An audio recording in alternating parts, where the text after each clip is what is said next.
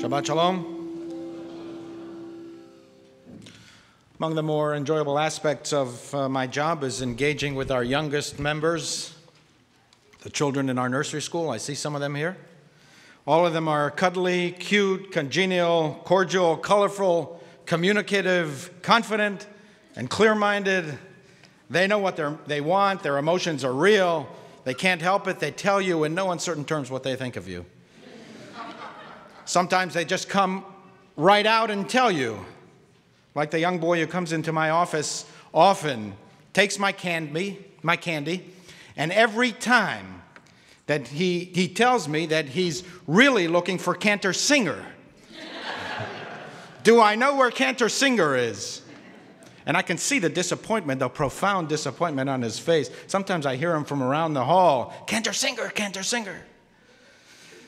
Sometimes they tell you through body language and through gestures, like the many kids who, when I offer them the choice between Twizzlers and chocolate kisses, and explain that if they take the chocolate, they need to kiss me, that's why it's called kisses. I always know where I stand when, after considerable contemplation, more times than not, the children take the Twizzlers. You know, and you can see that some kids really want the chocolate. I can tell in their faces and their gestures the agony and the inner turmoil, but they choose the Twizzler as the safer option. There's no confusion. I get the message clearly. So several weeks ago, I was doing one of the things that actually is the most pleasurable for me. I come in the morning, around the time that the nursery school begins, so I'm at Central Park West and 68th Street, and I meet a father who was holding in his arms a young nursery school toddler on the way to class. She looked to me about 3 or 4 years old. When she saw me, she started laughing and gesturing to me. She was just the sort of bubbly child that everyone dreams to meet, especially first thing in the morning. I assumed that she recognized me from some Tat Shabbat service or some class that I had done at the nursery school. I walked with both the father and the daughter from Central Park West here into the building, and we were laughing and joking, and the young girl was having this extraordinary conversation with me. It was as if we knew each other our entire lives. And as we walked into the building, I said to her, "Come to see me after school. I'll give you something for your troubles. Just come to my office and say that the rabbi asked you to come and see him." And the young girl, she was so exuberant, she could barely contain herself and began bouncing furiously in her father's arms. I bounded up the stairs and left them here at the elevator. And as I turned the corner on the first flight of the stairs, I heard the child asking the father, "Who is that man anyway?" Now, that got me to thinking, this is really the central purpose of our lives. Who are we? What is our purpose here? In this week's Torah portion, Vayetze, Jacob is preoccupied with the same question. The Bible describes how he left home in a hurry, and he was afraid that his brother Esau would kill him. He is anxious and he is alone. He lay down in a certain place and fell asleep and dreamt of a heavenly ladder with the angels of God ascending and descending. When he awoke, he proclaims, "How magnificent is this place! Zeh Sha'ar Adonai." This is the gate of God, and Zeh Sha'ar HaShamayim. This is the gate of heaven, and this is the gateway to God. At some point in our lives, all of us, at least those of us who are not robots or emotionally dead, awake and proclaim, "This world is magnificent." And somewhere in this world, there is a gateway to heaven. That is, there is meaning and purpose to my life. There is more to me than cells and molecules. There is more to my purpose than merely to exist. There is transcendence about me and our world. But what?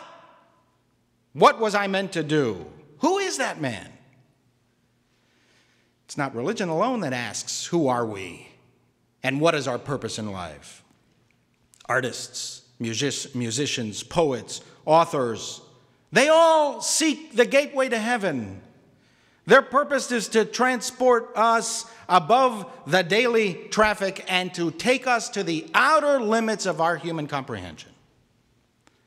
In the Bible and religion in general, dreams serve the same purpose as an opera or a concert or a poem. There is much too much noise and much too much traffic in our lives. So the search for meaning and transcendence takes place when you are alone. In antiquity, when you are dreaming or walking through nature. Or today, when you are alone listening to music or when you're reading a poem. When you have created space for reflection. That's also the purpose of Shabbat.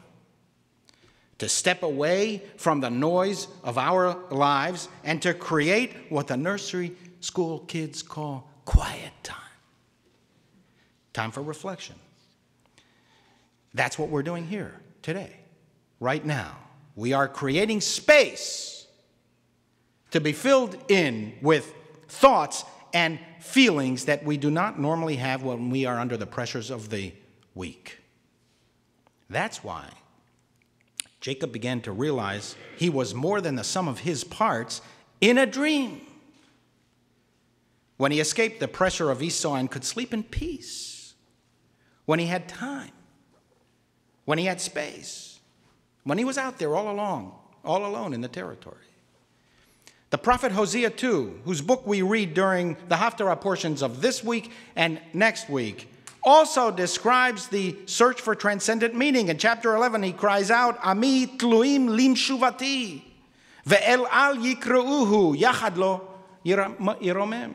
My people persist in their distance from me. When they are summoned El Al, when they are summoned upwards towards transcendence, they do not ascend at all. El Al, by the way, was the name given to the newly created national airlines of the newly created state of Israel. From this verse in Hosea, El Al, look upwards to the heavens, find the portal, find the gateway to heaven. In thinking of young children and raising my own child and in remembering in my own childhood, by the time we reach our teens, books and stories and legends impact upon us hardly at all. We adults read books not for the purpose of opening a portal to heaven, not for the purposes of mystery and awe and amazement, but for affirmation of that which we already feel. It's only in childhood that mystery comes naturally to us. When Kenter Singer and I lead Tat Shabbat services, I remind the children to recite the Shema in the evening before they go to bed, and they can't wait to have a conversation with God. I ask the toddlers, where is God? And they all eagerly respond, God is everywhere. I met our 7th graders this week, and some cogently and logically asserted God is nowhere. There is no God. Somewhere between the ages of 3 and 13, we begin to lose our deep capacity for natural, emotional openness to mystery. We cut down the ladder to heaven step by step and piece by piece and throw it away. We can rarely access it, if at all, but only if we do like Jacob, in a dream. Our endeavor here is to impress upon you to look El Al, to look upwards, towards transcendence. Because if we throw away the ladder to heaven, if we cease searching for the gateway, if we do not look upwards, El Al, from time to time in search of the portal, we may as well resign ourselves to living our entire lives in the dust and in the dirt of life. In one of his last poems before he died, William Butler Yeats wrote, "Now that my ladder is gone, I must lie down where all my ladders start, in the foul rag and bone shop of the heart. Don't let your lives revolve only around the foul rag and bone shop of life. Don't let your heart be permanently grounded without looking El Al, upwards to find Sha'ar Hashamayim, the gates and the gateway to heaven.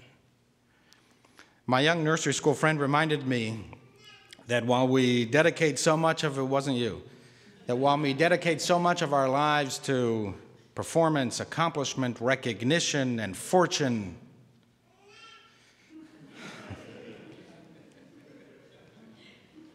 and kisses, real maturity begins when we realize that most people don't know who we are. Most people have never heard of us and never will.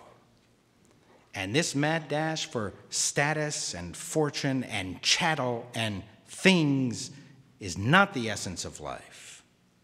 Maturity begins when we turn our attention from outward trappings to inner meaning, and when we ask ourselves, who is that man? Amen.